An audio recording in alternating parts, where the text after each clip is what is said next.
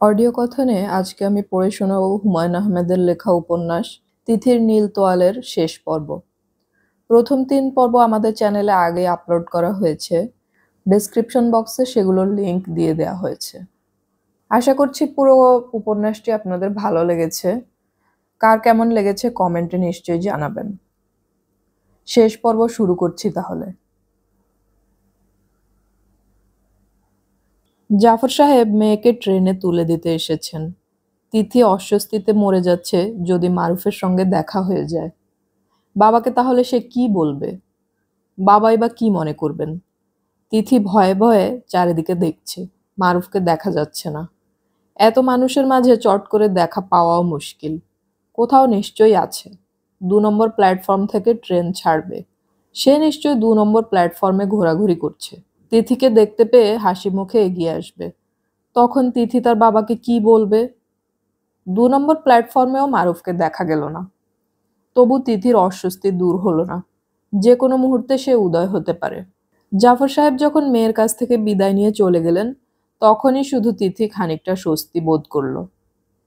মারুফ এখন এসে উপস্থিত হলে তেমন অসুবিধে হবে না। নুরুজ্জামানকে সামলানো যাবে। সরল ধরনের মানুষ। এদেরকে যা বলা হয় তাই তারা বিশ্বাস করে। সে ৯:৩০ বাসায় ফিরেছে, তাকে বলা হয়েছে সিলেট যেতে হবে। সে সঙ্গে সঙ্গে ব্যাগ গুছিয়ে প্রস্তুত। একবার জিজ্ঞেসও করেনি কেন যেতে হবে, কদিন থাকতে হবে। হলুদ রঙের একটা কোট তার গায়ে। কোটের বোতামগুলি মেরুন রঙের। কোনো সুস্থ মাথার মানুষ এরকম একটা কোট গায়ে দিতে পারে? সে আবার সুযোগ পেলেই তিথিকে কোট সম্পর্কে জ্ঞান দিচ্ছে। রাস্তার সাইডে বিক্রি করছিল, হ্যাঙ্গারে ঝুলিয়ে রেখেছে। একটা দুইটা না, শত শত কোট। আমি শুধু জিজ্ঞেস করলাম দাম কত।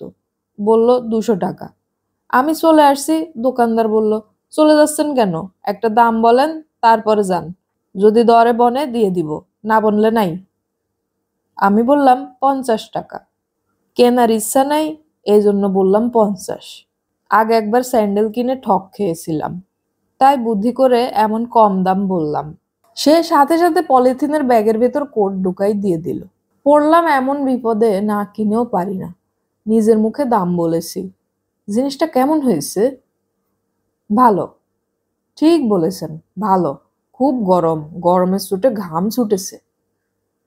তিথি অনেক কষ্টে হাসি থামিয়ে বলল, গরমের মধ্যে কোট গায়ে দিয়েছেন কেন, ঘাম তো ছুটবেই। এখন গরম, তবে সিলেট শীতের জায়গা, তখন দরকার লাগবে। তাছাড়া ট্রেন ছাড়লেও শীত লাগবে। তিথির বলতে ইচ্ছে করছে, নুরুজ্জামান সাহেব তাকিয়ে দেখুন, একমাত্র আপনিই কোট পরে আছেন। মারুফ যে শেষ পর্যন্ত আসবে না এটা তিথি ভাবতে পারেনি। ট্রেন ছাড়ার আগ মুহূর্ত পর্যন্ত সে আশা করে রইল সে দেখবে মারুফ ছুটতে ছুটতে আসছে। পরনে সুন্দর একটা হাওয়াই শার্ট, মাথার চুল এলোমেলো। সে বোধহয় কখনোই চুল আঁচড়ায় না। বিয়ের পর একটা কাজ তিথি অবশ্যই করবে, মারুফের চুল আঁচড়ে দেবে। ট্রেন ছেড়ে দিয়েছে। জানালার কাছে তিথি একা বসে আছে। কামরার দরজাটা খোলা। দরজা বন্ধ করলেই সে একা হয়ে যাবে। তিথি এখনো দরজা বন্ধ করছে না। এখনো সে আশা করে আছে দেখা যাবে হুট করে দরজা দিয়ে মারুফ ঢুকছে। এরকম তো হতেই পারে। কামরার দরজা তিথি ইচ্ছে করেই খোলা রেখেছে। তার মন বলছে মারুফ ট্রেনে উঠেছে, তাকে খুঁজে পাচ্ছে না। ফার্স্ট ক্লাস কামরাগুলিতে সে খুঁজবে। দরজা খোলা না রাখলে সে বুঝবে কি করে যে তিথি এখানেই আছে? ট্রেনের অ্যাটেন্ডেন্ট উকি দিল। হাতে কম্বল এবং বালিশ, দুটিই বেশ পরিষ্কার। সাধারণত ট্রেনের অ্যাটেন্ডেন্টদের চেহারা এবং আচার আচরণ রুক্ষ ধরনের হয়ে থাকে। এর তেমন না। এর বয়স অল্প, সুন্দর চেহারা, কথা বলছে ভদ্র ও বিনীত ভঙ্গিতে। আপা, রাতের খাবার খাবেন? না। চা দেই আপা, চা খান। রাত ১১টার পর চা বন্ধ হয়ে যাবে। দিন, চা দিন। দরজাটা কি বন্ধ করে দেব আপা? না, কিছুক্ষণ খোলা থাক। ট্রেনের গতি বাড়ছে। রাতের ট্রেনগুলি কি সবসময়ই দ্রুত চলে? জোছনা আছে। ট্রেনের জানালা থেকে জোছনা মাখা প্রকৃতি দেখার মতো আনন্দ আর কী বা হতে পারে। রাতে ট্রেনে উঠলে তিথির সব সময় মনে হয় ট্রেনে ট্রেনে জীবনটা কাটিয়ে দিতে পারলে মন্দ হতো না। তবে একা না, একজন পাশে দরকার। এমন একজন যাকে দেখতে ভালো লাগে, যার পাশে বসতে ভালো লাগে, যার কথা শুনতে ভালো লাগে। এমন একজন যে কথা বলতে বলতে চোখ ফিরিয়ে নিলে চিৎকার করে বলতে ইচ্ছে করে, তুমি চোখ ফিরিয়ে নিলে কেন? খবরদার আর কখনো এরকম করবে না। মারুফ কি এমন একজন? অবশ্যই। মারুফ নিজে কিন্তু তা জানে না, তিথি তাকে তা জানতে দেয়নি। কাউকে প্রচণ্ডভাবে ভালোবাসার মধ্যে এক ধরনের দুর্বলতা আছে। নিজেকে তখন তুচ্ছ এবং সামান্য মনে হয়। এই ব্যাপারটা নিজেকে ছোট করে দেয়। তিথির নিজেকে ছোট করতে ইচ্ছে হয় না। মারুফের সঙ্গে তার পরিচয় পর্বটা বেশ অদ্ভুত। তিথি এক দুপুরবেলা সায়েন্স লাইব্রেরি থেকে বের হয়েছে। মাথা না আঁচড়ানো এলোমেলো চুলের এক ছেলে এসে বলল, গত বছর ময়ূখের অনুষ্ঠানে আপনার গান আমার অদ্ভুত ভালো লেগেছে। আপনার সঙ্গে আজ এইভাবে দেখা হয়ে যাবে ভাবিনি। যদিও আপনাকে অনেক খুঁজেছি। যাদের প্রাণপণ খোঁজা হয় তাদের কখনো পাওয়া যায় না। ভাগ্যিস আপনাকে পেলাম। আমার নাম মারুফ। তিথি হকচকিয়ে গেল। নিজেকে সামলে নিয়ে কোনোমতে বলল, আপনি মনে হয় ভুল করছেন। আমি গান গাইতে পারি না, কখনো গান গাইনি। ময়ূখের অনুষ্ঠান কি তাও আমি জানি না। I am sorry. সরি হবার কিছু নেই, মানুষ ভুল করে, আপনিও করেছেন। তা করেছি, তবে আমি সচরাচর ভুল করি না। তিথির তখন চট করে মনে হলো এই ছেলেটা তার সঙ্গে কথা বলার জন্য গল্পটা বানিয়েছে। তার মন খারাপ হলো। তিথি এমন কেউ না যে তার সঙ্গে কথা বলার জন্য একটা মিথ্যা গল্প তৈরি করতে হবে। মারুফ তখন দাঁড়িয়ে আছে। তিথি সহজ ভঙ্গিতে বলল, কিছু বলবেন? মারুফ বলল, একটা কথা বলতে চাচ্ছি, সাহসে কুলাচ্ছে না। আপনি যদি অন্য কিছু মনে করেন বলুন, আমি কিছু মনে করব না। আপনি ভাবছেন আপনার সঙ্গে আলাপ করবার জন্য আমি এই গল্পটা বানিয়েছি। এজন্যই আমার খারাপ লাগছে। গল্পটা আমি বানাইনি। আমি ঔপন্যাসিক না। গল্প বানানোর ক্ষমতা আমার নেই। বিশ্বাস করুন। বিশ্বাস করলাম। তিথি লাইব্রেরি থেকে নেমে এলো রাস্তায়। রিকশা নিল। রিকশায় উঠে আরেকবার তাকালো ছেলেটার দিকে। সে অন্যদিকে তাকিয়ে আছে। ধক করে তিথির বুকে ধাক্কা লাগলো। তিথি ভেবেই ছিল মারুফ নামের এই ছেলেটি তার দিকে তাকিয়ে থাকবে। কেন সে তা করল না? এটা এমন কোনো বড় ঘটনা না, খুবই সামান্য ঘটনা। কিন্তু এই সামান্য ঘটনার কারণে তিথির সেই রাতে এক ফোঁটা ঘুম হলো না। শায়লা ফজরের নামাজ পড়বার জন্য ভোররাতে উঠে দেখলেন তিথি অন্ধকারে বসার ঘরের সোফায় চুপচাপ বসে আছে। তিনি বললেন, কি হয়েছে রে তিথি? তিথি কাঁদো কাঁদো গলায় বলল, কিছু হয়নি। পরের ৩ মাস মারুফের সঙ্গে তিথির দেখা হয়নি। যতবার তিথি লাইব্রেরিতে গিয়েছে ততবারই তার মনে হয়েছে আজ লাইব্রেরি থেকে বের হলেই মারুফ নামের ওই ছেলেটির সঙ্গে দেখা হবে। দেখা হয়নি। প্রতিদিনই চাপা এক ধরনের কষ্ট নিয়ে তিথিকে বাসায় ফিরতে হয়েছে। প্রতিদিনই শায়লা জিজ্ঞেস করেছেন, কি হয়েছে তোর বলতো? তিথি বলেছে, কিচ্ছু হয়নি। অবশ্যই হয়েছে, সব আমাকে খুলে বল। খুলে বলার মতো কিছু হয়নি মা। তারপর একদিন তিথি হাসি মুখে বাসায় ফিরল। দেখা হয়েছে মারুফের সঙ্গে।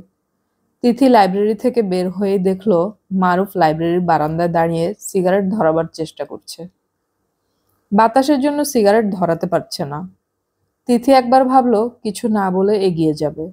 পর মুহূর্তেই সব সংকোচ, সব দ্বিধা ঝেড়ে ফেলে এগিয়ে এসে বলল, কেমন আছেন?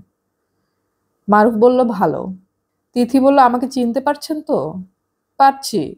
ময়ূখের অনুষ্ঠানে আপনি গান গেয়েছিলেন। যদিও আপনি তা স্বীকার করেন না। আপনি ৩০ সেকেন্ড আমার জন্য দাঁড়াবেন? আমার দেশালাইয়ের কাঠি শেষ হয়ে গেছে, আমি সিগারেটটা ধরিয়ে নিয়ে আসি। তিথি বলল, এই কাজটা কি আপনি ৩০ সেকেন্ডে করতে পারবেন? মারুফ বলল, পারবো। আপনি ঘড়ি দেখুন, আমি ৩০ সেকেন্ডে সিগারেট ধরিয়ে আবার এখানে চলে আসব। আপনার ঘড়িতে সেকেন্ডের কাঁটা আছে তো? আছে। ফাইন, তাকিয়ে থাকুন সেকেন্ডের কাঁটার দিকে। মারুফ ২৭ সেকেন্ডের মাথায় সিগারেট ধরিয়ে চলে এলো এবং হালকা গলায় বলল, ৩০ সেকেন্ড আসলে অনেক দীর্ঘ সময়। আমরা তা বুঝতে পারি না। বেয়ারা পটে করে চা নিয়ে এসেছে। চা ঢেলে দেবো আপা? না, আমি নিজেই ঢেলে নেব। আমরা এখন কোথায় আছি? টঙ্গী ক্রস করছি আপা। নেক্সট স্টপেজ কোথায়? ভৈরব। আপা দরজা বন্ধ করে দিয়ে যাই। আচ্ছা। ঘুমোবার সময় ভেতর থেকে লক করে দিবেন আপা। আচ্ছা। তিথি একা একা চা খাচ্ছে। জানালা দিয়ে বাইরে তাকিয়ে থাকতে এখন আর ভালো লাগছে না। পৃথিবীর কোনো সুন্দর দৃশ্যই বোধহয় এক নাগাড়ে বেশিক্ষণ দেখা যায় না। সুন্দর যেমন আকর্ষণ করে, তেমনি বিকর্ষণও করে। দরজায় নক হচ্ছে। নুরুজ্জামান এসেছে বোধহয়। তিথি লক্ষ্য করেছে এর মধ্যেই কয়েকবার সে দরজার সামনে দিয়ে হেঁটে গেছে। সে তার দায়িত্ব পুরোপুরি পালন করছে। তিথিকে পাহারা দিয়ে নিয়ে যাচ্ছে। তাকে কঠিন করে বলতে হবে, আপনি বিরক্ত করবেন না তো, নিজের জায়গায় গিয়ে ঘুমিয়ে থাকুন, প্রয়োজন হলে আমি আপনাকে ডাকবো। তিথি দরজা খুলল। মারুফ দাঁড়িয়ে আছে। তার কাঁধে পেটমোটা বিশাল এক কালো ব্যাগ, গায়ে নতুন একটা শার্ট।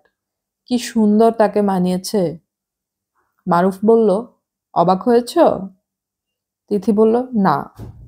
মারুফ বলল, তোমাকে অবাক করে দেবার জন্য এতক্ষণ উদয় হয়নি, ঘাপটি মেরেছিলাম। তিথি এখনো কথা বলছে না, তাকিয়ে আছে। ট্রেনের ঝাঁকুনিতে চায়ের কাপ থেকে চলকে খানিকটা চা পড়ে গেছে তার শাড়িতে। মনে হচ্ছে অধিক শোকে পাথর হয়ে গেছো। ভেতরে আসতে পারি? হ্যাঁ, পারো। বসতে পারি? পারো। এখন সত্যি করে বলো তো, তুমি কি মনে মনে আমাকে এক্সপেক্ট করেছিলে কিনা? করেছিলাম। আমাকে দেখে খুশি হয়েছো তো? হয়েছি। তোমার মুখে কিন্তু হাসি নেই, হাসি মুখে তাকাও তো। এই তো হাসি এসেছে, গুড গার্ল। মারুফ দরজা বন্ধ করে দিল। তিথি ক্ষীণ স্বরে বলল, দরজা খোলা থাক না। মারুফ বলল, দরজা খোলা থাকবে কেন? একটা কামরায় আমরা দুজন আলাদা। এই ব্যাপারটায় তুমি কি অস্বস্তি বোধ করছো? আচ্ছা বলো, এটা কি অস্বস্তি বোধ করার মতো কোনো ব্যাপার? তারপরেও তুমি যদি অস্বস্তি বোধ করো, তাহলে বরং একটা প্রতিজ্ঞা করি। কি প্রতিজ্ঞা? কঠিন প্রতিজ্ঞা, যে প্রতিজ্ঞা ভাঙা অসম্ভব। তোমার হাত ছুঁয়ে প্রতিজ্ঞা। দেখি ডান হাতটা বাড়াও তো। তিথি হাত বাড়ালো। মারুফ হাত ধরে চোখ বন্ধ করে বিড়বিড় করে বলল, পৃথিবী নামক গ্রহটির সবচেয়ে রূপবতী তরুণীর হাত ধরে প্রতিজ্ঞা করছি, এই কামরায় আমি যতক্ষণ থাকবো ততক্ষণ আমি এই রূপবতীর কাছ থেকে খুব কম করে হলেও 1 হাত দূরত্ব বজায় রাখবো। তিথি বলল, নাটক করার দরকার নেই, তুমি বসো তো আরাম করে। তাহলে আমি কি ধরে নিতে পারি যে এই কামরায় রাত কাটানোর অনুমতি পেয়েছি? চা খাবে? পটে চা আছে। দাও। চায়ে চুমুক দিতে দিতে মারুফ বলল, হলুদ কোট পরা একজনকে দেখলাম তোমার মালপত্র টানাটানি করছে। সে কে? নুরুজ্জামান। ও আচ্ছা, আমাদের পাতার বাঁশিবাদক, তোমার চরমদার। হুম। যে কোট গায়ে দিয়ে সে ঘুরছে সেটা যে মেয়েদের কোট তা তুমি ওকে বলতে পারলে না? বেচারা শখ করে কিনেছে, কি দরকার কথা বলার? মারুফ বলল, তোমার সঙ্গে কি কোনো খাবার আছে তিথি? আমি তাড়াহুড়া করতে গিয়ে খেয়ে আসিনি। আমার সঙ্গে কোনো খাবার নেই, তবে এদের বুফে-কারে নিশ্চয়ই খাবার আছে। নেই, খোঁজ নিয়েছি। বোম্বাই টোস্ট নামে কি একটা ভেজে রেখেছে, ওর থেকে 101 গজ দূরে থাকাই ভালো। সারা রাত না খেয়ে থাকবে? হ্যাঁ, থাকবো। সিগারেট ধরাবো, তোমার অসুবিধা হবে না তো? ক্রমাগত সিগারেট খেতে থাকলে অসুবিধা হবে, একটা দুটা খেলে অসুবিধা হবে না। একটা মানুষ সারা রাত না খেয়ে থাকবে। তিথির খুব খারাপ লাগছে।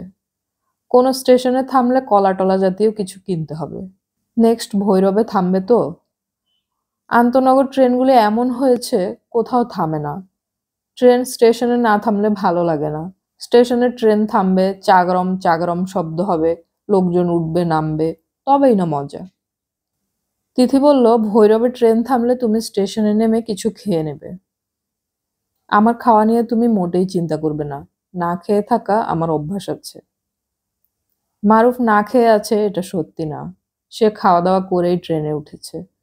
না খাওয়ার কথা বলেছে কারণ ক্ষুধার্ত মানুষের প্রতি মেয়েদের এক ধরনের বিশেষ মমতা আছে। মমতা তৈরির এই সুযোগ নষ্ট করা ঠিক হবে না। তোমার বাবা কেমন আছেন? ভালো। এখনো হাসপাতালে? মনে হয়। মনে হয় বলছো কেন? আমার এক মামা আছেন, তাকে বলে এসেছি বাবাকে হাসপাতাল থেকে রিলিজ করিয়ে বাসায় এনে রাখতে। তবে বাবা বোধহয় রাজি হবেন না, তিনি কোনো কিছুতেই রাজি হন না। বন্ধ দরজায় টোকা পড়ছে। মারুফ বিরক্ত মুখে দরজা খুলে দিল। নুরুজ্জামান দাঁড়িয়ে আছে। তার চোখে রাজ্যের বিস্ময়। সে এক দৃষ্টিতে তাকিয়ে আছে মারুফের দিকে। মারুফ বলল, আপনি কি চান? নুরুজ্জামান বলল, আপনি কে? আপনি এখানে কেন? এটা রিজার্ভ কামরা, উনি একা যাবেন। তিথি খুবই অস্বস্তির সঙ্গে বলল, নুরুজ্জামান সাহেব, কোনো অসুবিধা নেই। নুরুজ্জামান কঠিন গলায় বলল, অসুবিধা নেই বললে তো হবে না, অবশ্যই অসুবিধা আছে। এই যে শুনুন ভাই, বের হয়ে আসুন। নুরুজ্জামান কথা বলছে উঁচু গলায়। তাকে দেখে মনে হচ্ছে এখনই সে শার্টের কলার ধরে মারুফকে বের করে আনবে। মারুফ বিরক্ত গলায় বলল, আপনি বরং ভেতরে এসে বসে একটু শান্ত হন। যে হইচই শুরু করেছেন, ট্রেনের সব যাত্রী চলে আসবে। তিথি, আমার ব্যাপারটা তুমি এই ভদ্রলোককে বুঝিয়ে বলো তো। যন্ত্রণা হলো দেখি। তিথি বলল, নুরুজ্জামান সাহেব, ভেতরে আসুন। নুরুজ্জামান ভেতরে ঢুকলো। দরজা বন্ধ করে দিয়ে বসুন। আমি বসবো না, কি বলবেন বলুন। বসুন তো। নুরুজ্জামান বসলো না, দাঁড়িয়েই থাকলো। তিথি বলল, উনি আমার পরিচিত একজন, তার সঙ্গে হঠাৎ দেখা হয়ে গেল। তিনি এক কাপ চা খাওয়ার জন্য ঘরে এসেছেন। আপনি যা হইচই শুরু করেছেন, খুবই অস্বস্তির মধ্যে আমাদের ফেলেছেন। নুরুজ্জামান লজ্জিত গলায় বলল, আসলে আমার মাথায় হঠাৎ রক্ত উঠে গেছে। অ্যাটেন্ডেন্টকে জিজ্ঞেস করেছি আপনি চাটা খেয়েছেন কিনা। সে তখন বলল, এই ঘরে একজন ভদ্রলোক আছেন। তিথি শান্ত গলায় বলল, বুঝতে পারছি, আপনি শুধু শুধুই আপসেট হয়েছেন। একজন অচেনা লোক তো আর হুট করে আমার ঘরে ঢুকে যেতে পারবে না। আমি তা দেব কেন? মারুফ বলল, তিথি, তুমি সত্যি কথাটা ভদ্রলোককে বলো তো, ও চলে যাক। নুরুজ্জামান বলল, সত্যি কথাটা কি? মারুফ আরেকটা সিগারেট ধরাতে ধরাতে বলল, সত্যি কথাটা হচ্ছে, তিথি আমার স্ত্রী। আমরা গোপনে রেজিস্ট্রি বিয়ে করেছি। 2 সিটের এই স্লিপিং বার্থ নেওয়া হয়েছে যাতে আমরা নিরিবিলি যেতে পারি। আশা করি ব্যাপারটা এখন বুঝতে পেরেছেন, নাকি আপনাকে বিয়ের কাবিননামা দেখাতে হবে? নুরুজ্জামান ভয়ঙ্কর অবাক হয়ে তিথির দিকে তাকালো। তিথির দারুণ লজ্জা লাগছে। মারুফ এসব কি বলছে? তিথি অস্বস্তি ঢাকার জন্য অকারণেই নিজের ব্যাগ খুলল। মারুফ বলল, তিথি, আমি যে সত্যি কথা বলছি এটা এই ভদ্রলোককে বলে দাও, ও বিদেয় হোক। তিথি বলল, নুরুজ্জামান সাহেব, আমাদের বিয়ে হয়নি এখনো, তবে 1 সপ্তাহের ভেতরই হবে। ও আচ্ছা। মারুফ বলল, ও আচ্ছা না, আপনি দয়া করে নিজের জায়গায় যান। আপনার হলুদ কোট দেখে মাথা ঘুরছে। এই কোট পেয়েছেন কোথায়? কিনেছি। এটা তো মেয়েদের কোট, তা জানেন? জি না, জানতাম না। এখন তো জানলেন, এখন দয়া করে কোটটা গা থেকে খুলে ফেলুন এবং বিদায় হন। নুরুজ্জামান নড়ল না, বরং তিথি এবং মারুফ দুজনকেই অবাক করে দিয়ে সে বসল। মারুফ বলল, বসলেন যে, ব্যাপার কি? নুরুজ্জামান জবাব দিল না। জাফর সাহেব তার উপর দায়িত্ব দিয়ে গিয়েছেন তিথিকে দেখে শুনে নিয়ে যেতে। সে যেভাবেই হোক তা করবে। এদের বিয়ে যখন হবে তখন হবে, এখনো তো বিয়ে হয়নি। মারুফ বলল, মনে হচ্ছে আপনি যাবেন না। নুরুজ্জামান বলল, জি অবশ্যই যাব, এখানে বসে থাকবো কেন? এই তো বসে আছেন। আপনার জন্য বসে আছি। আমার জন্য বসে আছেন মানে? আপনি যখন যাবেন তখন আমিও যাব। মারুফ তিথির দিকে তাকালো। তিথি কিছুই বলল না। মারুফ নিজেকে দ্রুত সামলে নিয়ে হাসি মুখে বলল, আচ্ছা আচ্ছা বসুন, তিনজনে মিলেই গল্প করা যাক।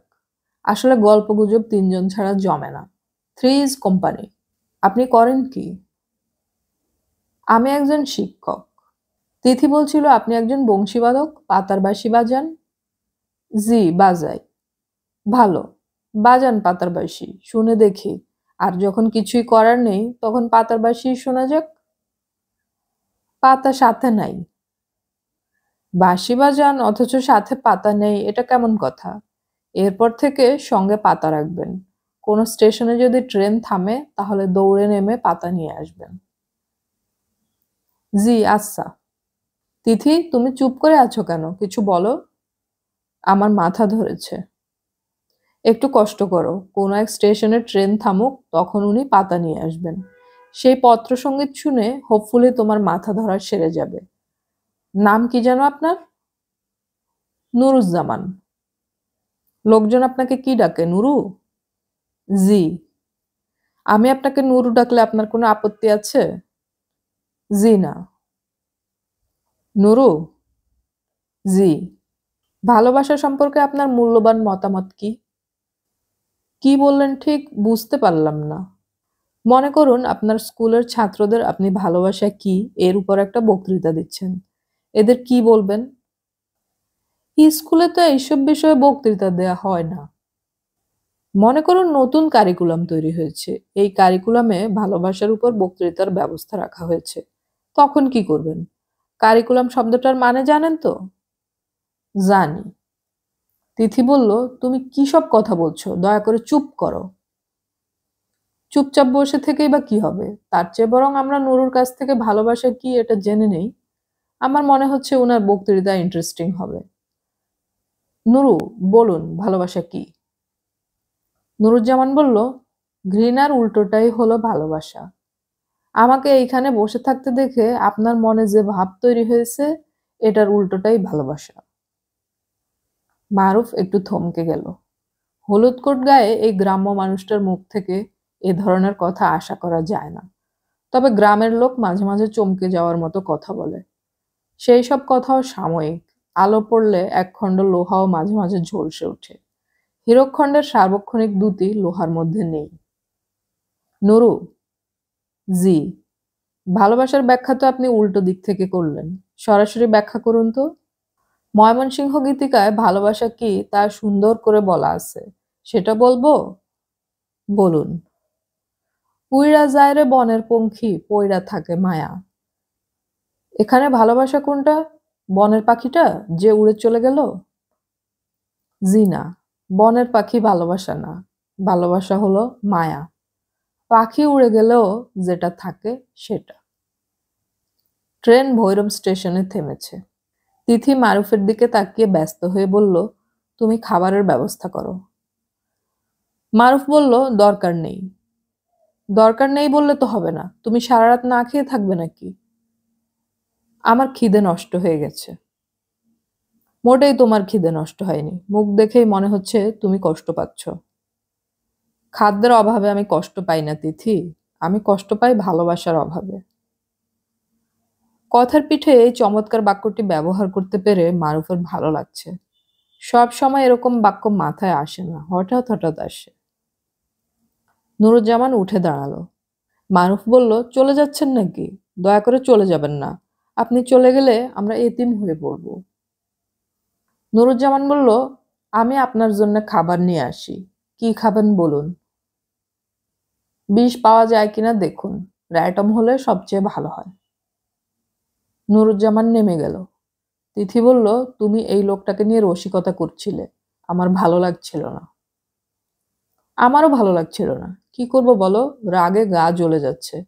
রসিকতা করে রাগটা একটু কমালাম। তবে লোকটা নির্বোধ না। ভালোবাসার ব্যাখ্যা ভালোই দিয়েছে। এখন বলো তো তিথি, এই ব্যাটার হাত থেকে কি করে উদ্ধার পাওয়া যায়? জানি না। একটা বুদ্ধি বের করো। তিথি চুপ করে থাকলো। আসলেই তার মাথা ধরে গেছে। কপাল দপদপ করছে।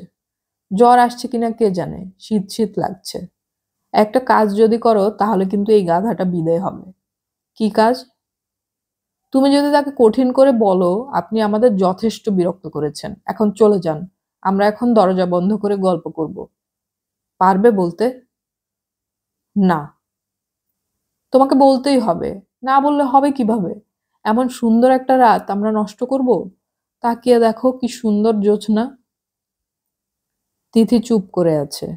মারুফ বলল, এই লোক কি করবে জানো? এ আমার জন্য খাবার আনবে। সেই সঙ্গে পাতা নিয়ে আসবে বাঁশি বাজানোর জন্য। পাতার বাঁশি বাজিয়ে সে তোমাকে মুগ্ধ করতে চাইবে। কেন? আমার তাই মনে হচ্ছে, এবং আমার ধারণা বাঁশি সে ভালোই বাজাবে। তুমি মুগ্ধ হয়েও যেতে পারো। পাগল হলে নাকি? বোধহয় পাগল হয়ে যাচ্ছি। এই লোক আর কিছুক্ষণ থাকলে আমি সত্যিই পাগল হয়ে যাব। শোনো তিথি, তুমি এই লোককে যদি চলে যেতে না বলো তাহলে আমি নিজে চলে যাব। তিনজন এই কামরায় বসে থাকার কোনো অর্থ হয় না। নুরুজ্জামান খাবার নিয়ে এসেছে। লুচি, মিষ্টি, কলা। মারুফ বলল, পাতা কোথায়? কিসের পাতা? পাতা ছাড়া বাঁশি বাজাবেন কিভাবে? পাতা আনেননি? জি না। ও মাই গড! কৃষ্ণের বাঁশি ছাড়া আমরা এই দীর্ঘ রজনী কিভাবে পার করব? নুরুজ্জামান তাকিয়ে আছে। তার চোখের তারায় চাপার রাগ ঝিলিক দিচ্ছে। সে খাবার নামিয়ে রাখছে। মারুফ বলল, তিথি বোধহয় আপনাকে কিছু বলবে। শুনুন তো, মন দিয়ে শুনবেন। তিথি, তুমি কি জানি বলতে চাচ্ছিলে, বলে ফেলো। তিথি বলল, নুরুজ্জামান, আপনি এখন চলে যান। ভোরবেলা ট্রেন যখন থামবে তখন আসবেন। নুরুজ্জামান খানিকক্ষণ চুপচাপ থেকে বলল, জি আচ্ছা। নুরুজ্জামান বাইরে এসে দাঁড়াতেই মারুফ ভেতর থেকে দরজা বন্ধ করে দিল। মারুফ বলল, তিথি শোনো, তুমি আপসেট হয়ো না। আমি কিছুক্ষণের জন্য বাতিটা নিভিয়ে দিচ্ছি।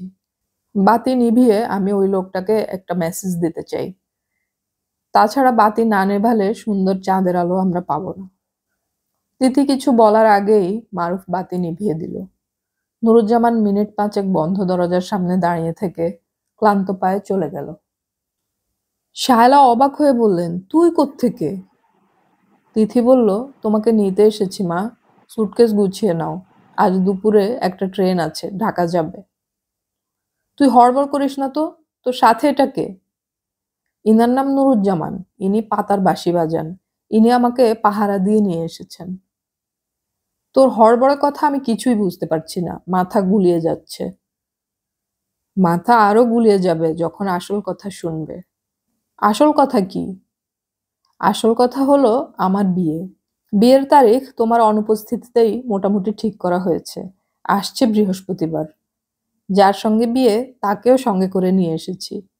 সে সরাসরি তোমার সামনে আসতে ভরসা পাচ্ছে না, তাই বেবি ট্যাক্সিতে বসে আছে। তুমি যদি ভরসা দাও তাহলে তাকেও নিয়ে আসতে পারি। আনবো মা। শায়লা মেয়ের দিকে তাকিয়ে আছেন। তার মাথা সত্যি সত্যি এলোমেলো হয়ে গেছে। তিনি তার নিজের মেয়েকে এত হাসি খুশি কখনো দেখেননি। হীরকখণ্ডে আলো পড়লে হীরকখণ্ড যেমন ঝলমল করতে থাকে, তিথিও তেমনি ঝলমল করছে। শায়লার চেঁচিয়ে কথা বলতে ইচ্ছে করছে, তুই হঠাৎ এত সুন্দর হয়ে গেলি কিভাবে? কিন্তু তিনি কিছু বলতে পারছেন না। তার কথা বন্ধ হয়ে গেছে। তিথি বলল, মা, তুমি যেহেতু হ্যাঁ না কিছুই বলছো না, তখন ধরেই নিচ্ছি তোমার সম্মতি আছে। নুরুজ্জামান সাহেব, আপনি দয়া করে মারুফকে ডেকে আনুন। শায়লা দেখলেন নীল রঙের হাওয়াই শার্ট পরা টকটকে ফর্সা একটা ছেলে হাসি মুখে তার সামনে এসে দাঁড়িয়েছে। এত সুন্দর একটা ছেলে, কিন্তু চুল আঁচড়ায়নি কেন? তিথি বলল, মা, ওর নাম মারুফ। এখন তুমি ইচ্ছা করলে একটা বটি দিয়ে আমাদের দুজনকে কেটে 4 টুকরা করে ফেলতে পারো, কিংবা আদর করে পাশাপাশি দাঁড়া করাতে পারো। কোনটা করবে তুমিই ঠিক করো। মারুফ সালাম করবার জন্য নিচু হয়েছে। শায়লা কিছুক্ষণের জন্য পাথরের মূর্তির মতো শক্ত হয়ে রইলেন। তারপরে মারুফের মাথায় হাত রাখলেন। তার আরেকবার মনে হলো, তিথি কেন লক্ষ্য করে না যে ছেলেটা চুল আঁচড়ায় না। শায়লা তাকালেন তিথির দিকে। মার হাসি দেখে তিথির চোখ ভিজে উঠেছে। তার চিৎকার করে বলতে ইচ্ছে করছে, আমার মা এত ভালো কেন? আগামী বৃহস্পতিবার তিথির বিয়ে। মারুফ চাচ্ছিল উৎসব টুৎসব কিচ্ছু হবে না। উৎসবের কোনো দরকার নেই। অর্থহীন সামাজিকতা। জাফর সাহেব রাজি হননি। তার প্রথম মেয়ের বিয়ে। তিনি কমিউনিটি সেন্টারে বিয়ের ব্যবস্থা করেছেন। বিয়ের কার্ড ছাপা হয়েছে একদিনে। কার্ডে তিথির নাম ভুল ছাপা হয়েছে। তিথির জায়গায় তিতি। এ নিয়ে শায়লার সঙ্গে তার একটা খণ্ডযুদ্ধ হয়ে গেল। যুদ্ধ শায়লা একাই করলেন। জাফর সাহেব যুদ্ধ শুরুর আগেই পরাজয় স্বীকার করে মাথা নিচু করে দাঁড়িয়ে রইলেন। নামের বানানেই ভুল, আসল জায়গাতেই গন্ডগোল। এটা তোমার চোখে পড়ল না? এতগুলো টাকা খরচ করলে একটা ভুল কাজে? ঠিক করে দেব। কিভাবে ঠিক করবে? নুরুজ্জামান ঠিক করে দেবে বলেছে। সে কিভাবে ঠিক করবে? জানি না, বলেছে তো ঠিক করে দেবে। তিথির আনন্দ লাগছে এই কারণে যে বাবা মার ঝগড়া নেই। তাদের দেখে মনে হচ্ছে না কোনো কালে তাদের কোনো সমস্যা ছিল। তিথি মাকে নিয়ে বাসায় ফিরে দেখে বাসা খালি। জাফর সাহেব খাবার টেবিলের উপর চিঠি রেখে গেছেন। চিঠিতে লেখা, শায়লা, তুমি যেহেতু চাচ্ছ না আমি এ বাড়িতে থাকি, সেহেতু চলে গেলাম। মেয়ের বিয়ের ব্যাপারে প্রয়োজন মনে করলে আসব। আমার ঠিকানা হলো 31 কলতা বাজার। শায়লা তৎক্ষণাৎ স্বামীর খোঁজে গেলেন। তিথি সঙ্গে যেতে চাচ্ছিল, তাকে নিলেন না। ঠিকানা খুঁজে পেতে সমস্যা হতে পারে ভেবে নুরুজ্জামানকে সঙ্গে নিলেন এবং ঘণ্টাখানেকের মধ্যে জাফর সাহেবকে নিয়ে ফিরে এলেন। তিথি তার 23 বছরের জীবনে বাবাকে এত আনন্দিত দেখেনি। মা অবশ্য ক্রমাগত বাবাকে ধমকে যাচ্ছেন, কিন্তু জাফর সাহেব কিছুই গায়ে মাখছেন না। বরং তার ভাব দেখে মনে হচ্ছে স্ত্রীর বকা খেতে তার খুব ভালো লাগছে। সবচেয়ে বড় পরিবর্তন যা হয়েছে তা হলো এ বাড়িতে নুরুজ্জামানের অবস্থান। শায়লা শুরু থেকেই তাকে এ বাড়ির একজন সদস্য হিসেবে নিয়েছেন। সেও ক্রমাগত বকা খাচ্ছে। কিছুক্ষণ আগেই তিথি শুনল মা নুরুজ্জামানকে বকছেন। বুঝলে নুরুজ্জামান, এই পৃথিবীতে তোমার মতো এবং তিথির বাবার মতো অপদার্থ আমি কখনো দেখিনি। তোমরা দুজনেই এক পদের। তোমাকে আমি কি বলেছিলাম? রেন্টে কার থেকে সারাদিনের জন্য একটা গাড়ি ভাড়া করতে বলেছিলাম। দাওয়াতের চিঠি বিলি করতে হবে। গাড়ি ভাড়া করেছ? জি না। কেন করনি জানতে পারি? দাওয়াতের চিঠিতে বানান ভুল। এগুলা ঠিক করে তারপর যাব। সেই ঠিক তো তুমি সকাল থেকে করছো। কতক্ষণে শেষ হবে? হাসছো কেন? যখন তখন বোকার মতো দাঁত বের করে হাসবে না তো। জি আচ্ছা। আমার সামনে থেকে যাও তো। গরমের মধ্যে এই হলুদ কোটটা গায়ে দিয়ে আছো কেন? এটা গা থেকে খোলো। আর কোনোদিন যেন এই যন্ত্রণা গায়ে না দেখি। জি আচ্ছা। নুরুজ্জামান গভীর মনোযোগে বানান ভুল ঠিক করছে। তাকে সাহায্য করছে মীরা এবং ইরা। প্রথমে হোয়াইট ইঙ্ক দিয়ে একটা ত মুছে ফেলা হচ্ছে। মীরা ও ইরার দায়িত্ব হচ্ছে ফু দিয়ে দিয়ে কালি শুকানো। কালি শুকানোর পর তরটাকে চাইনিজ ইঙ্ক দিয়ে থ করা হচ্ছে। এই কাজটি করছে নুরুজ্জামান। কাজটা খুব সাবধানে করতে হচ্ছে, যেন ছাপার অক্ষরের মতো দেখা যায়, কালি লেপ্টে না যায়। ইরা বলল, নুরুজ্জামান ভাই, আপনি না থাকলে আমাদের যে কি হতো। আপনি থাকায় মার রাগটা দুভাগ হয়ে বাবার এবং আপনার উপর পড়ছে। আপনি না থাকলে অর্ধেকটা রাগ আমার আর মীরার উপর পড়তো। বড় আপার উপর তো মা এখন আর রাগ করতে পারবে না, তার বিয়ে হচ্ছে। ঠিক বলছি না নুরুজ্জামান ভাই? নুরুজ্জামান বলল, কথা বলবে না, কাজ করো। জাফর সাহেব তিথির পাসপোর্ট নিয়ে এসেছেন। এখন ভিসার ব্যাপারটা ঠিক করতে পারলে তিথিকে মারুফের সঙ্গেই পাঠিয়ে দেয়া যায়। হাতে বেশ কিছু ডলার দিয়ে দিতে হবে, যাতে বিদেশের মাটিতে পা দিয়েই বিব্রত হতে না হয়। জাফর সাহেব প্রভিডেন্ট ফান্ড থেকে ডলার করার জন্য 1,20,000 টাকা তুলেছেন। এতে প্রায় $3,000 হবে। এত ডলার কিভাবে সঙ্গে দেয়া যায় সেটাও সমস্যা। মারুফের সঙ্গে ব্যাপারটা আলাপ করা দরকার। তাকে পাচ্ছেনও না। সেও বোধহয় ছুটোছুটির মধ্যে আছে। মারুফের বাবার সঙ্গে তার এখনো কথা হয়নি, অথচ কথা বলা খুব দরকার। শুধু যে মারুফের বাবার সঙ্গেই কথা হয়নি তা না, তার আত্মীয় স্বজন কারোর সঙ্গেই কথা হয়নি। গতকাল মারুফের দূর সম্পর্কের এক চাচা চাচি এসেছিলেন। দুজনেই বেশি কথা বলেন। স্ত্রী কোনো কথা বলতে গেলে স্বামী তার মুখের কথা কেড়ে নিয়ে কথা বলা শুরু করেন। আবার স্বামী কিছু বলতে গেলে স্ত্রী আগ বাড়িয়ে তা বলে ফেলেন। তাদের সঙ্গে কাজের কথা কিছুই হয়নি, অথচ অনেক কিছু বলার আছে। মারুফের সঙ্গে সিটিং হওয়া দরকার। তাকে পাওয়াই যাচ্ছে না। নুরুজ্জামানকে দিয়ে তার ঘরে চিঠি লিখে ফেলে রাখা আছে। চিঠিতে অবিলম্বে বাসায় এসে দেখা করতে বলা হয়েছে। তাতেও লাভ হচ্ছে না। সে আসছে না। জাফর সাহেব ভেবে রেখেছেন গভীর রাতে নুরুজ্জামানকে নিয়ে একবার যাবেন। নুরুজ্জামানকেও পাওয়া যাচ্ছে না। সে চোরকির মতো ঘুরছে। একটা বিয়ে বাড়ির কাজ তো অল্প না, হাজারো কাজ। মজার ব্যাপার হলো জাফর সাহেব তেমন কোনো কাজ পাচ্ছেন না। তিনি অফিস থেকে ছুটি নিয়ে ঘরে বসে আছেন, অথচ করার কিচ্ছু নেই। কমিউনিটি সেন্টারে ভাড়ার ব্যাপারটা নিয়ে কাজ করতে চেয়েছিলেন। শায়লা ধমক দিয়েছেন, তুমি চুপ করে থাকো তো, এসবের তুমি কি বোঝো? বিয়ের ব্যাপারটা তিথির বন্ধু বান্ধব বা আত্মীয় স্বজনরা এখনো কেউ জানে না। তিথি কাউকে জানায়নি। মারুফের বিশেষ অনুরোধ ছিল যেন জানানো না হয়। মারুফের এ ব্যাপারটাও তিথি বুঝতে পারছে না, কেন কাউকে জানানো যাবে না। বিয়ে নিশ্চয়ই কোনো সামাজিক অপরাধ না যে কাউকে বলা যাবে না, চুপি চুপি সারতে হবে। মারুফের যুক্তি হচ্ছে বিয়ে শুধুমাত্র দুজনের ব্যাপার, এই দুজনের বাইরে কারোর কিছু নয়, কাজেই ঢাক ঢোল পিটানো কেন? তাছাড়া সে এই বিয়েতে কিছুই দিতে পারছে না। লোকজন এসে দেখবে ফকিরি বিয়ে, কি দরকার? মারুফের কোনো যুক্তিই তার কাছে গ্রহণযোগ্য মনে হয়নি। তিথির মনে হয়েছে মারুফ নানান সমস্যায় বিব্রত। সমস্যাগুলি কি তাও পরিষ্কার করে বলছে না। বললে সমস্যার সমাধান না দিতে পারলেও মানসিক ভরসা তো সে দিতে পারত। মারুফ বোধহয় তা চায় না। কিছু কিছু মানুষ আছে যারা নিজের সমস্যা নিজের মধ্যেই রাখতে চায়, অন্যকে সমস্যায় জড়াতে চায় না। মারুফ কি তাদের একজন? তিথি এখনো পুরোপুরি জানে না। সেদিন মারুফের সঙ্গে কথা বলতে গিয়ে সে বেশ কষ্ট পেয়েছে।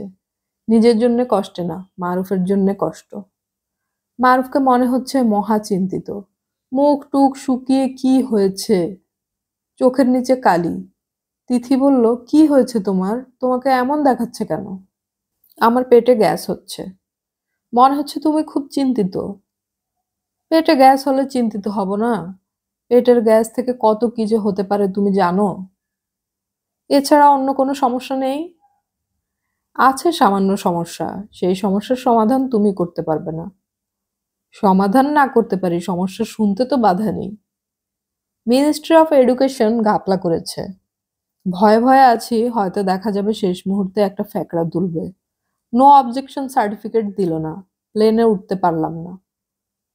এরকম সম্ভাবনা আছে কি? না, নেই। তবে এদেশে সবই সম্ভব। এরকমও হয়েছে যে স্কলারশিপ পেয়েছে একজন, চলে গেছে অন্যজন। এর নাম হলো বঙ্গদেশ। তিথি বলল, এরকম সম্ভাবনা থাকলে আমি বাবাকে বলি, বড় মামাকে বলি, তারা একটু খোঁজ খবর করুক। বড় মামা অনেক গুরুত্বপূর্ণ লোকজনদেরকে চেনেন। মারুফ বিরক্ত স্বরে বলল, অনেক গুরুত্বপূর্ণ লোকজনকে আমিও চিনি। বাংলাদেশ খুব ছোট্ট জায়গা। এই জায়গায় সবাই সবাইকে চেনে। খোদ যে এডুকেশন মিনিস্টার, তাকে আমি নিজে চিনি না, কিন্তু আমার বাবা চেনেন। তিনি আমার বাবার ছাত্র ছিলেন। আমি যতদূর জানি তার পড়াশোনার মূল খরচ আমার বাবা চালিয়েছেন। তাহলে তোমার সমস্যা কি? আছে, সমস্যা আছে। আমি পুরনো প্রসঙ্গ টেনে সুবিধা কেন নেব?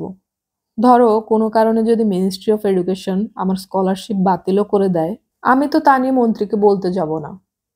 নিজের জন্য তো কখনোই না। অন্যের জন্য যাওয়া যায়, নিজের জন্য যাওয়া যায় না। তিথি বলল, তুমি তাহলে আমাদের নুরুজ্জামান সাহেবের একটা কাজ যদি পারো করে দিও। বেচারা ঢাকায় এসেছে শিক্ষামন্ত্রীর সঙ্গে দেখা করার জন্য। প্রথম প্রথম বাবাকে অনুরোধ করেছে, এখন আর করে না। বুঝে ফেলেছে বাবাকে বলে কিছুই হবে না। ওই বাটা শিক্ষামন্ত্রীর সাথে দেখা করে কি করবে? মেয়েদের একটা স্কুল দেবে। এইসব ফালতু ব্যাপার নিয়ে আমাকে চিন্তা করতে বলবে না তো। আমার হয়েছে মাথার ঘায়ে কুত্তা পাগল অবস্থা। তবু তোমার সামান্য পরিশ্রমে যদি অন্য একজনের উপকার হয়, দেখি। দেখো আর না দেখো, মরার মতো বিছানায় শুয়ে থাকবে না, উঠে বসো তো। আজ আবার দাড়ি কামাওনি, ব্যাপার কি? ব্রণ। তুমি এক কাজ করো, দাড়ি রেখে ফেলো। দাড়িতে তোমাকে খারাপ দেখায় না। হিহিহি। হাসবে না তিথি, কারোর হাসি এখন আমার সহ্য হয় না। আচ্ছা যাও, হাসবো না, এসো দুজনে মিলে কাঁদি। মারুফ হাসলো। তিথি বলল, আমার পাসপোর্ট হয়ে গেছে। বাবা 24 ঘন্টায় পাসপোর্ট বের করেছেন, 3000 টাকা ঘুষ দিয়ে। চিন্তা করো, বাবার মতো সৎ মানুষ ঘুষ দিচ্ছে। মারুফ হাই তুলতে তুলতে বলল, সৎ মানুষরাই বেশি ঘুষ দেয়। ঘুষ ব্যাপারটা টিকে আছে সৎ মানুষদের কল্যাণে। তুমি কি যে সিনিক্যাল কথা বলো। গভীর দুঃখ বেদনা থেকে বলি, বুঝলে? এই যে তুমি পাসপোর্ট টাসপোর্ট করে বসে আছো, তোমার যাওয়া তো দূরের কথা, দেখা যাবে আমি নিজেই যেতে পারছি না। না যেতে পারলে নেই, বিদেশ এমন কোনো বড় ব্যাপার না। তুমি এমন গ্লুমি ভাব ধরে বসে থাকবে না। বলো, আমি কি করলে তোমার মনটা ভালো হবে?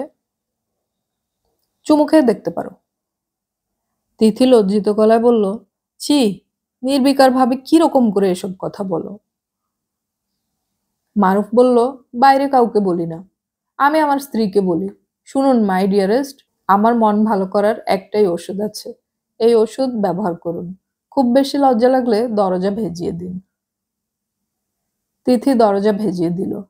মারুফ হাসি মুখে বলল, শোনো তিথি, তোমার এই অ্যাক্ট অফ কাইন্ডনেসের কারণে তোমার হলুদ কোটের কাজটা করে দেব। মন্ত্রীকে বলবো তার কথা। তিথি কোমল গলায় বলল, থ্যাংক ইউ। শায়লার বুকে ধক করে একটা ধাক্কা লাগলো। কি যে সুন্দর লাগছে তিথিকে।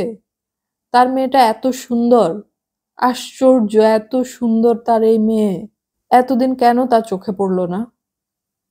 তিথি পা তুলে মাথা নিচু করে খাটে বসে আছে।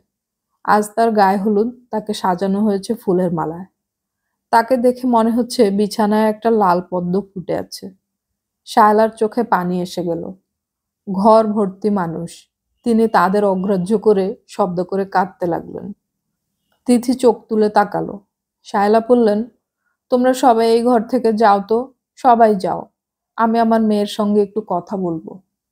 সবাই চলে গেল। শায়লা বললেন, মা, তুই খানিকক্ষণ আমার কোলে মাথা রেখে শুয়ে থাকতো। তিথি বলল, কেন মা? এখনো তুই পুরোপুরি আমার। বিয়ে হয়ে গেলে তো এই কথাটা বলতে পারবো না। আয় মা, শুয়ে থাক। শায়লা বসলেন। তিথি তার কোলে মাথা রেখে কোমর জড়িয়ে শুয়ে রইল। শায়লার চোখ দিয়ে ফোঁটা ফোঁটা পানি তিথির গালে পড়ছে। তিথি বলল, মা, তুমি কি জানো এই পৃথিবীতে আমি তোমার চেয়েও যাকে ভালোবাসি সে কে? জানি, তোর বাবা। হ্যাঁ, তুমি আমার এই বাবাটাকে কেন কষ্ট দাও? তার চেয়ে ভালো মানুষ কি তুমি এ পর্যন্ত আর কাউকে দেখেছ? সত্যি করে বলো। না। তাহলে কেন এমন কষ্ট দাও? তুমি আজ আমাকে ছুঁয়ে প্রতিজ্ঞা করবে বাবাকে কষ্ট দেবে না। আমি থাকবো না, বাবাকে দেখার কেউ থাকবে না। এই জন্যই তোমাকে প্রতিজ্ঞা করতে বলছি। আচ্ছা যা, প্রতিজ্ঞা করলাম। মাঝে মাঝে এমন বিরক্ত করে যে অসহ্য লাগে। যত অসহ্যই লাগুক, আর তুমি বাবাকে কষ্ট দেবে না। আচ্ছা যা, দেব না। কিছুক্ষণ আগে শুনলাম নুরুজ্জামান সাহেবকে তুমি কঠিন গলায় বকাবকি করছো। কেন মা?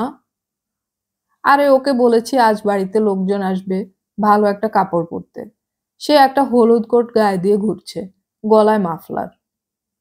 বেচারার কোটটা খুব পছন্দ। মা, তুমি উনাকে একটা ভালো কোট কিনে দাও। তোকে বলতে হবে না, আগেই ঠিক করে রেখেছি। রেডিমেড স্যুট পাওয়া যায়, ওইখান থেকে একটা কিনে দেব। ওনাকে তোমার খুব পছন্দ হয়েছে, তাই না মা? পছন্দ হবে না কেন? ভালো ছেলে, ঘোরপ্যাচ নেই। উনাকে কেন পছন্দ হয়েছে সেই রহস্য কিন্তু আমি জানি মা। কি রহস্য? উনি তোমাকে মা ডাকেন, এই জন্যই তাকে তোমার এত পছন্দ। মা ডাকলেই পছন্দ করতে হবে নাকি? মা তো কতজনই আমাকে ডাকে। দুনিয়ার যত ফকির সবই আমাকে মা ডাকে। ওদের আমি পছন্দ করি? তাহলে কেন পছন্দ করো? উনি বোকা মানুষ বলে? পৃথিবীর বেশিরভাগ মানুষ বুদ্ধিমানদের দু চোখে দেখতে পারে না। বোকাদের তারা পছন্দ করে। উদ্ভট উদ্ভট কথা বলিস না তো। ও বোকা, এটা তোকে কে বলল? বোকা তো বলতে হয় না, কপালে লেখাও থাকে না, বোঝা যায়। তিনি আমার বিয়ের কার্ড শিক্ষামন্ত্রীকেও দিয়ে এসেছেন। বিয়েতে দাওয়াত করে এসেছেন। একজন বোকা লোক ছাড়া এই কাজ কে করবে? আবার ইরা মিরাকে এসে বলেছেন শিক্ষামন্ত্রী নাকি বিয়েতে আসবেন। তাকে কথা দিয়েছেন। হি হি হি। তিথি হাসছে। শায়লাও হাসছেন। তিথি হাসি থামিয়ে বলল, মা, তুমি নুরুজ্জামান সাহেবকে পাঠাও তো, আমি জিজ্ঞেস করি মন্ত্রী সাহেব ওনাকে কি বললেন। থাক, বেচারাকে আর লজ্জা দিতে হবে না। লজ্জা দেব না মা, এমনি কথা বলবো। ওনাকে আমার নিরিবিলিতে কয়েকটা কথা বলা দরকার। পাঠাও একটু। আর শোনো মা, আমি একটু চা খাবো। তিথি আসলে এক ধরনের অপরাধ বোধে ভুগছে। ঢাকা থেকে সিলেট যাবার সময় মানুষটাকে এক অর্থে অপমানই করা হয়েছে। মারুফ যখন ট্রেনের দরজা বন্ধ করে দিচ্ছিল, তখন সে কিরকম অবাক হয়ে তাকিয়েছিল। অবাক এবং বিস্ময়। না না, বিস্ময় না, সে তাকিয়েছিল ব্যথিত চোখে। এই ব্যথা দূর করে দেয়া দরকার। নুরুজ্জামান লজ্জিত ভঙ্গিতে ঘরে ঢুকলো। তিথি বলল, বসুন নুরুজ্জামান সাহেব, চেয়ারটায় বসুন। কেমন আছেন? ভালো। মন্ত্রীর কাছে নাকি গিয়েছিলেন? জি। ওনার পিএ প্রথমবার ব্যবস্থা করে দিয়েছিলেন, পরের বার আর কিছু লাগে নাই। কাজ হয়েছে আপনার? জি, স্কুল স্যাংশনের অর্ডার হয়েছে। বলেন কি? মানুষদের মধ্যে যেমন ভালো মন্দ আছে, মন্ত্রীদের মধ্যেও তেমন ভালো মন্দ আছে। উনি আমার সঙ্গে যে ব্যবহার করলেন তার তুলনা নাই। শুনে ভালো লাগলো। আমরা তো সারাক্ষণ মানুষ সম্পর্কে মন্দ কথাই শুনি। নুরুজ্জামান ইতস্তত করে বলল, আমি ওনাকে মারুফ সাহেবের স্কলারশিপের ব্যাপারটাও বললাম। তিথি বিস্মিত হয়ে বলল, আপনাকে কে বলতে বলল? না, কেউ বলেনি। আপনি মাকে বলছিলেন নো অবজেকশন দিচ্ছে না। শুনে মনটা খারাপ হয়েছে। তারপর ভাবলাম সুযোগ যখন পাওয়া গেছে তখন বলে ফেলি। উনি কি বললেন? সব ঠিক করে দেবেন? উনি সঙ্গে সঙ্গে কাগজপত্র আনালেন। তারপর উনি বললেন, ফ্রান্সের স্কলারশিপের কোনো কাগজপত্র তো ফাইলে নেই। ওনার ধারণা কোথাও কোনো ভুল হয়েছে। উনি বললেন আমি যেন ঠিকঠাক ইনফরমেশন জোগাড় করে তাকে দেই, কিংবা মারুফ সাহেবকে তার কাছে নিয়ে যাই। আমি মারুফ সাহেবের কাছে গেলাম। উনি আবার সব শুনে আমার উপর খুব রাগ করলেন। রাগ করে কি বলল? নুরুজ্জামান চুপ করে রইল। মারুফ রাগ করে যেসব কুৎসিত কথা বলেছে তা তার বলতে ইচ্ছে করছে না। তিথি বলল, আপনি ওর কথায় রাগ করবেন না। ওর স্বভাবই এমন। ও কারো কাছ থেকে সাহায্য নিতে চায় না। আমি রাগ করিনি। উনার যাবার ব্যাপারে যেন কোনো সমস্যা না হয়, এই জন্যেই আমি। ওর কোনো সমস্যা হবে না। আর সমস্যা হলে ও নিজেই তা মেটাবে। জি, আচ্ছা। আপনি যে কাজে এসেছেন সেটা যে ভালো মতো হয়েছে তাতেই আমি খুশি। কি নাম যেন আপনার স্কুলের? Begum Rokeya girls high school. School তৈরি হোক, চালু হোক, তারপর একদিন আপনার স্কুল দেখে আসবো। জি, আচ্ছা। মীরা ঘরে ঢুকলো চা নিয়ে। চায়ের কাপ নামিয়ে রাখতে রাখতে বলল, বড় মামা এসেছেন। আপা তোমাকে ডাকছেন। মার ঘরে বসে আছেন। তিথির বড় মামার মুখ অন্ধকার। তিথি অবাক হয়ে দেখল, শুধু যে মামার মুখ অন্ধকার তাই না, বাবা মা দুজনের মুখই অন্ধকার।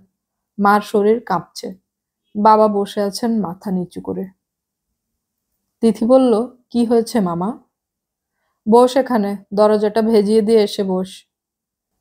তিথিকে দরজা বন্ধ করতে হলো না। শায়লা নিজেই উঠে দরজার হুড়কো লাগিয়ে দিলেন। সাইদুর রহমান সাহেব মুখের পাইপ টেবিলে নামিয়ে রাখতে রাখতে বললেন, কি বলছি মন দিয়ে শোন। তোর বাবা আমাকে তোর পাসপোর্ট দিয়ে বলেছিল তুই যেন মারুফ ছেলেটার সঙ্গে একই সঙ্গে যেতে পারিস সেই ব্যবস্থা করে দেওয়ার জন্য। আমি খোঁজ নিতে গিয়ে দেখি মারুফ ছেলেটার বাইরে যাবার কোনো ব্যাপার নেই। এটা তোকে সে মিথ্যা বলেছে। তিথি তাকিয়ে রইল। সে কিছুই বলল না। সাইদুর রহমান সাহেব বললেন, সঙ্গত কারণেই আমি খুব চিন্তিত বোধ করলাম। আমরা জানি তোর বাবা মা কোনো খোঁজ খবর করবে না। ওরা ঝগড়া ছাড়া অন্য কিছু পারে না। খোঁজ নিয়ে আরো কিছু জিনিস জানলাম। তিথি কঠিন গলায় বলল, কি জানলে? তোর বাবা বলছিল ছেলের বাবা কলেজে অঙ্কের প্রফেসর ছিল। আমি যা জেনেছি তা হলো ওই লোকের নেত্রকোনা শহরে একটা দর্জির দোকান আছে। সে দর্জি। তিথির মুখ ছাইবর্ণ হয়ে গেল। জাফর সাহেব মেয়ের মুখের দিকে তাকিয়ে ব্যথিত গলায় বললেন, ছেলের বাবা কি করেন সেটা কোনো ব্যাপার না। সাইদুর রহমান সাহেব বললেন, তোমার কাছে হয়তো কোনো ব্যাপার না, আমার কাছে ব্যাপার। কেঁচো খুঁড়তে সাপ বের হবার আগেই বিয়ে বন্ধ হওয়া দরকার। আমার যা বলার আমি বললাম, বাকি তোমাদের বিবেচনা। আমি তিথিকেই জিজ্ঞেস করছি, তুই কি চাস তিথি? বিয়ে হবে? তিথি উঠে দাঁড়াতে দাঁড়াতে বলল, না। Good girl. কিছু কিছু সময় আসে যখন মানুষকে শক্ত হতে হয়। জাফর সাহেব বললেন, শোনা কথার উপর নির্ভর করে কোনো সিদ্ধান্ত নেওয়া উচিত না। তিথি, তুই মারুফের সঙ্গে কথা বল। চল, আমি তোকে নিয়ে যাই। তিথি বলল, না। হুট করে বিয়ে ঠিক করা যেমন কাজের কথা না, বিয়ে ভাঙাও তেমন কাজের কথা না। তিথি কঠিন গলায় বলল, বাবা, আমি মন ঠিক করে ফেলেছি। মন ঠিক করেছিস ভালো কথা। এক্ষুনি ঠিক করতে হবে তা তো না। সময় নে, ঠান্ডা মাথায় ভাব, ওর সঙ্গে কথা বল। সাইদুর রহমান সাহেব বিরক্ত গলায় বললেন, জাফর, তুমি অকারণে ঝামেলা করছো কেন? দেখছো না মেয়েটা মন স্থির করে ফেলেছে? সবকিছুর মূলে আছো তুমি। বাবা হিসেবে তোমার কি দায়িত্ব ছিল না খোঁজ খবর করার? একজন এসে বলল আমি শাহজাদা, অমনি তুমি তার সঙ্গে মেয়ের বিয়ে ঠিক করে ফেলবে? একবার ভাবলেও না যে সত্যি শাহজাদা না ভয়ঙ্কর কোনো হারামজাদা? তিথি উঠে গেল। বড় মামার কুৎসিত ধরনের কথা তার ভালো লাগছে না। প্রথমে সে গেল নিজের কামরায়। ইরা মীরা ঘরের খাটে বসেছিল। আপাকে ঢুকতে দেখে দুজন একসঙ্গে বের হয়ে গেল। তারাও মনে হয় পুরো ঘটনাটা জানে। তিথির কেমন যেন অস্থির লাগছে। কিছুক্ষণ কাঁদতে পারলে ভালো হতো। কান্না আসছে না। কেমন যেন ঘুম ঘুম পাচ্ছে। প্রচণ্ড দুঃখের সময় মানুষের কি ঘুম পায়? এই পরিচিত শহর ছেড়ে দূরে কোথাও চলে গেলে কেমন হয়? অনেক দূরে, যেখানে কেউ তাকে চিনবে না। কেউ এসে বলবে না, তিথি তোমার না বিয়ে হওয়ার কথা ছিল? বাবার জন্য তিথির খুব খারাপ লাগছে। কিরকম অদ্ভুত চোখে তিনি সবার দিকে তাকাচ্ছিলেন। তার চোখ ভর্তি বিস্ময়। ঘটনাটার পর মা একবারও তার দিকে তাকাননি। সব সময় চোখ অন্যদিকে ফিরিয়ে রেখেছেন। তিথি লক্ষ্য করেছে মা মাঝে মাঝে শাড়ির আঁচলে চোখ চেপে ধরছেন। মা খুব শক্ত মহিলা। মাকে তিথি খুব কম কাঁদতে দেখেছে। এই প্রথম খুব অল্প সময়ের ব্যবধানে মাকে সে দুবার কাঁদতে দেখল। দুবারই সম্পূর্ণ ভিন্ন কারণে। আপা। তিথি দেখলো ইরা ঘরে এসে ঢুকেছে। সেও তার দিকে তাকাচ্ছে না, মেঝের দিকে তাকিয়ে আছে। কিছু বলবি? তোমার একটা টেলিফোন এসেছে আপা, তুমি কি ধরবে? না। ইরা প্রায় ফিসফিস করে বলল, মা টেলিফোন ধরতে বলেছে। তিথি বলল, কার টেলিফোন? মারুফের? হুম। মা তোমাকে কথা বলতে বলল। মা বললে তো হবে না, আমার কথা বলতে ইচ্ছে হচ্ছে না। আর শোন, তুই আমার মেঝের দিকে তাকিয়ে আমার সঙ্গে কথা বলছিস কেন? আমি কি এমন কুৎসিত প্রাণী যে আমার দিকে তাকিয়ে কথা বলা যাবে না? সরি আপা। ইরা চলে যাচ্ছিল। তিথি বলল, দাঁড়া আমি টেলিফোন ধরবো। তিথি টেলিফোন ধরতেই ওপাশ থেকে মারুফের খুশি খুশি গলা শোনা গেল। হ্যালো তিথি, ভালো আছো? আছি। গলার স্বর শুনে তো মনে হচ্ছে ভালো নেই। রাতে ভালো ঘুম হয়েছে? হ্যাঁ। আমার হয়নি। বলতে গেলে আমি স্লিপলেস নাইট কাটিয়েছি। ও আচ্ছা, পরে বলতে ভুলে যাব। আমি তোমার ওই লোক নুরুজ্জামান, তার জন্য শিক্ষামন্ত্রীর সঙ্গে কথা বলেছি। তিনি কিছুদিনের মধ্যে বাইরে যাবেন, ওখান থেকে ফিরবেন মাসখানেক পর, তখন দেখা করতে বলেছেন। আমি ঠিক করেছি তখন নুরুজ্জামানকে সঙ্গে নিয়ে ওর কাজটা করিয়ে দেব। তিথি বলল, 7 দিনের মধ্যে তোমার তো বাইরে যাবার কথা। 1 মাস পর তুমি নুরুজ্জামান সাহেবকে কিভাবে কাজটা করিয়ে দিবে? ও মাই গড! বিয়ের টেনশনে সব এলোমেলো হয়ে গেছে। আমি নিজেই যে থাকবো না সেটাই ভুলে গেছি। হা হা হা। যাই হোক, আমি ব্যবস্থা করে যাব। আমি না থাকলেও কাজটা আটকাবে না। তোমার বাবা কি ঢাকায় আছেন? এখন নেই, কাল আসবেন। উনি তো তোমাদের ওখানকার কলেজের অঙ্কের প্রফেসর, তাই না? আমাদের এখানের না, বগুড়া আজিজুল হক কলেজের অঙ্কের প্রফেসর ছিলেন। সেই আমলে অঙ্কে অনার্স নিয়ে এমএ পাশ করেছিলেন ক্যালকাটা ইউনিভার্সিটি। এমএতে তিনি এবং নরেশ গুহ দুজন একসঙ্গে প্রথম হন। বাবা মুসলমান বলে কোনো চাকরি পাচ্ছিলেন না। সেই নরেশ গুহ কিছুদিন আগে যাদবপুর ইউনিভার্সিটির অঙ্কের হেড অব দ্য ডিপার্টমেন্ট হিসেবে রিটায়ার করেছেন। এরই নাম ভাগ্য। তিথি সহজ গলায় বলল, তোমাদের কি নেত্রকোনায় কোনো দর্জির দোকান আছে? মারুফ হাসতে হাসতে বলল, আছে। এটা বাবার আরেক পাগলামি। আমাদের নবীজির 4 খলিফাদের একজন নাকি দর্জির কাজ করতেন। তাই বাবাও ঠিক করলেন শেষ বয়সে ওই লাইনে যাবেন। হা হা হা। শোনো মারুফ, তোমার বাবা অঙ্কের প্রফেসর না দর্জি, তাতে কিছুই আসে যায় না। আমি তোমার বাবাকে দেখে তোমাকে পছন্দ করিনি, তোমাকে দেখেই করেছি। তুমি যে ক্রমাগত মিথ্যা বলছো, এতে ভয়ঙ্কর কষ্ট পেয়েছি। শোনো তিথি, মিথ্যা যে আমি বলি না তা না, মিথ্যা বলি, তবে কখনো তোমার সঙ্গে বলি না। এখনো বলছো না? না। তিথি নিজেকে সামলে নিয়ে শান্ত স্বরে বলল, আগামীকাল আমাদের বিয়ে, কিন্তু আমি মনের দিক থেকে কোনো সায় পাচ্ছি না। আমি বাবাকে বলে দিয়েছি এই মুহূর্তে বিয়ের আমার কোনো ইচ্ছে নেই। তোমার কাছেও খবর পাঠাতাম, ভাগ্য ভালো তুমি টেলিফোন করলে, তোমাকেও জানিয়ে দিলাম। তিথি শোনো, আমি এখন কিছু শুনতে চাচ্ছি না। আমার প্রচন্ড মাথা ধরেছে। রাখি কেমন? বিয়ে তাহলে সত্যি সত্যি বাতিল? হ্যাঁ। আমার বাবা একজন দর্জি, এই কারণে? না, এটা কোনো কারণ না। আমার দাদাজান চাষাবাদ করেন, তার জন্য তিনি মানুষ হিসেবে ছোট হয়ে যাননি। আমাকে বিয়ে করা ছাড়া তোমার কোনো গতি নেই তিথি। তুমি অন্য কোথাও বিয়ে করতে পারবে না। আমি চিঠি লিখে সব জানিয়ে দেব। কি জানাবে? জানাবো যে তুমি আমার সঙ্গে রাত্রি যাপন করেছো। ওরা যাতে বিশ্বাস করে তার জন্য তোমার ডান বুকে লাল তিলটির কথাও বলবো।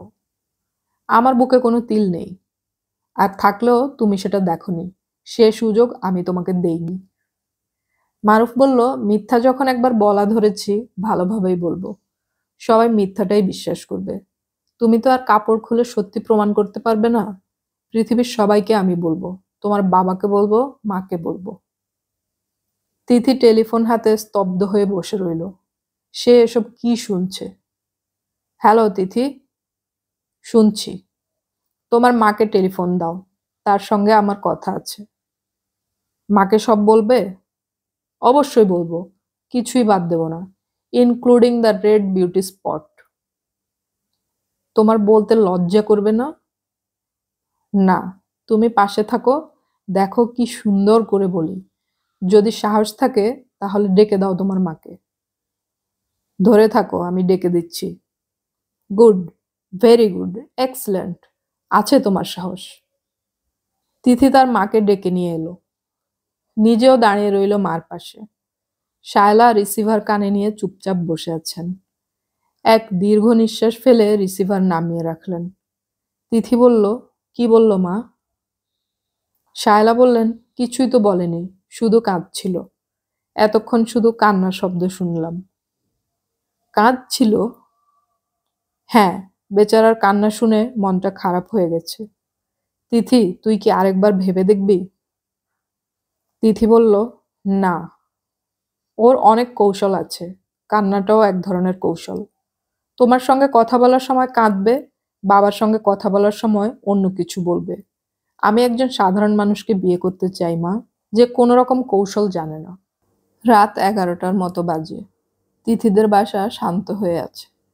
ইরা মীরা তাদের ঘরে, দরজা বন্ধ, আলো নেভানো। হয়তো শুয়ে পড়েছে, কিংবা হয়তো ঘর অন্ধকার করে চুপচাপ দু বোন বসে আছে। জাফর সাহেব বসে আছেন বারান্দায়। বারান্দার বাতিও নেভানো। এই বাড়ি আজ এক অভিশপ্ত বাড়ি। আজ রাতে এই বাড়ির একটি মেয়ের বিয়ে হবার কথা ছিল।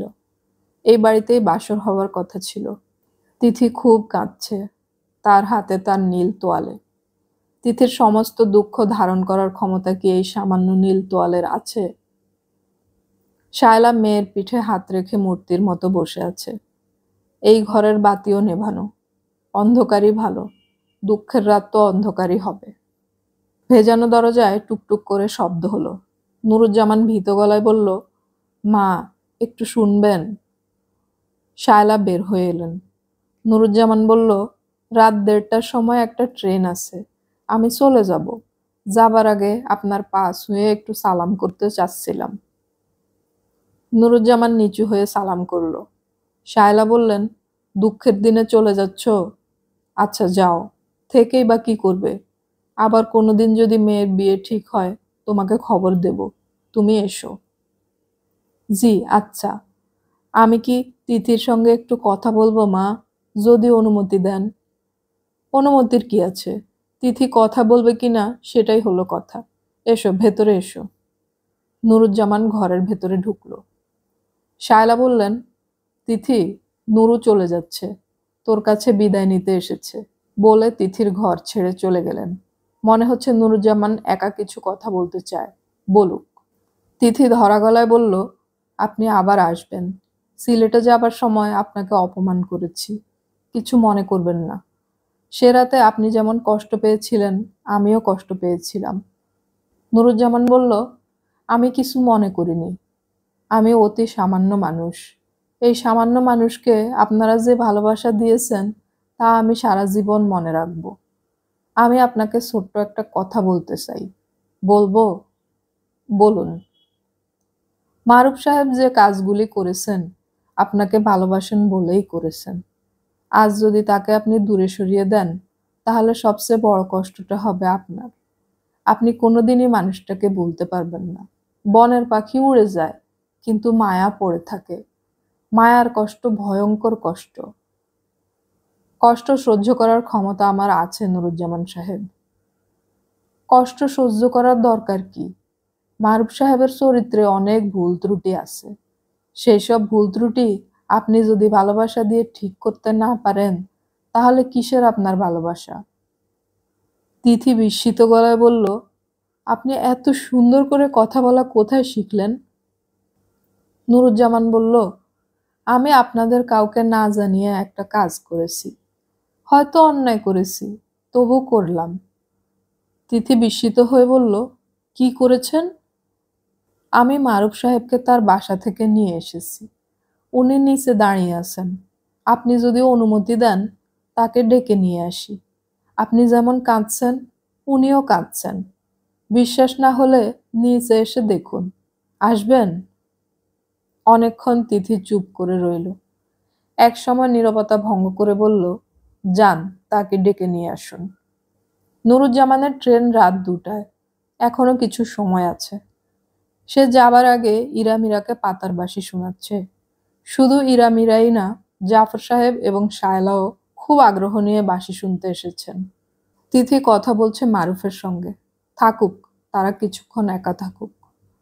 তিথিদের ঘরের বাতি জ্বলছে। মারুফ কোনো কথাই বলছে না।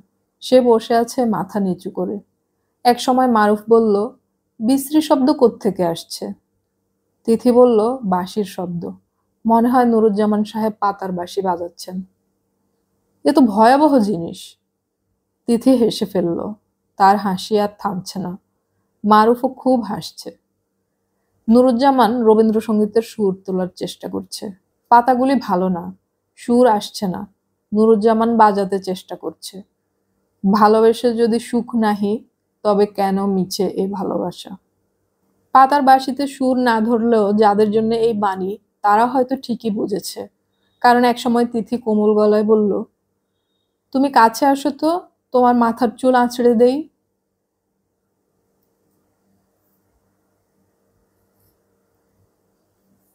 এতক্ষণ আমি পড়লাম হুমায়ুন আহমেদের লেখা তিথির নীল তোয়ালের শেষ পর্ব।